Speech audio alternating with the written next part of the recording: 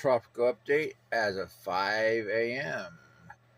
PST, August 29th. And we're going to start today talking about 93E, which is a broad area of low pressure located several hundred miles southwest of the southern tip of the Baja California Peninsula.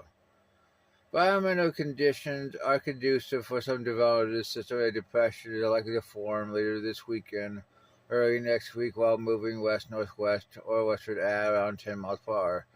Next 2 days, 60%, next 7, 80%. And longer term, we could have another system form off the southern Mexico this weekend or early next week off the coast of southern Mexico. Conditions are also conducive for another system to form, and will move west-northwest at 10 to 15 miles per hour at 60% at 7 days.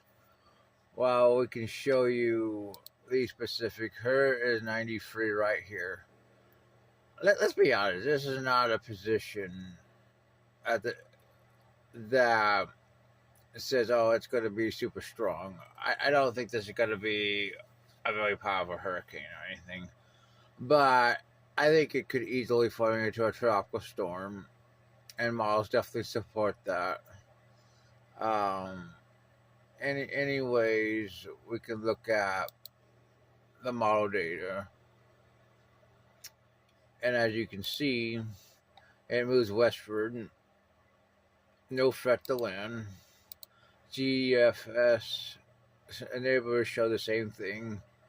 1001 at 96 hours. Not exactly strong or anything. Here's a satellite image of it. That's not exactly a good looking system, but I think there is a kind of an LSC right here. So it's slowly on its way. Intensity models show it becoming a tropical storm around 36 hours. Then maybe around 50 to 55 knots by 72 hours. Most likely.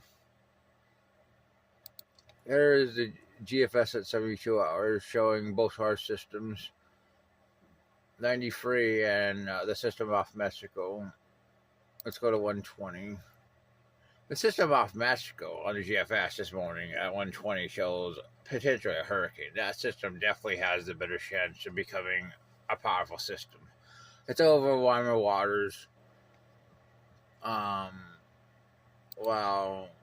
the CMC, yeah, pretty much shows the opposite, but it does show both systems. Let's look at 144. It has both systems.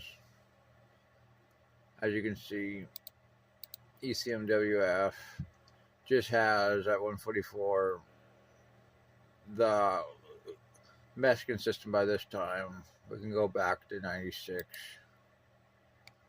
Yeah. Honestly, I think both will probably be named, but I think this one will top up on 55 knots, while the other one has potential of becoming an unimpressive hurricane if it does form. Anyway, now we're going to go into the Atlantic. First of all, short term, I'd watch this trough off the East Coast, because let's take a look at this. We got potential low prices forming along it, and there's one that forms the next 48 hours headed north eastward off the coast, and another one within about 4, 5, 6 days that could do the same. They're always worth watching, but longer term, we're watching another system off. They're gonna come off Africa and potentially develop into something off the Cape Verde. Here's the GFS up to 150 hours, mostly showing mid 1,000. This one, but here's the ECENS, which shows maybe mid 90s, which would be a tropical storm. here's the GFS at 120. Here's the East Coast low pressure. Well, it's just showing Cape Verde low pressure at 120. 140 is down to 100,006 millibars. CMC doesn't show much. Icon at 120, it says 1,008. ECMWF shows a low pressure. 144 keeps that low pressure. 168. You have double isobars. Wow. The GFS does 1,006. Let's go further in the future. 186, 1,001 millibars. And what you can see here is there's definitely model support for something developing. Yeah. But we'll have to see. I mean, I guess the 30%.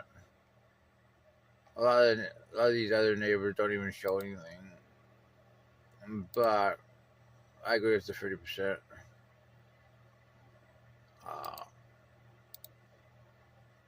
Let's go to 240. It definitely tries to curve the system. Oh, that's your topic update.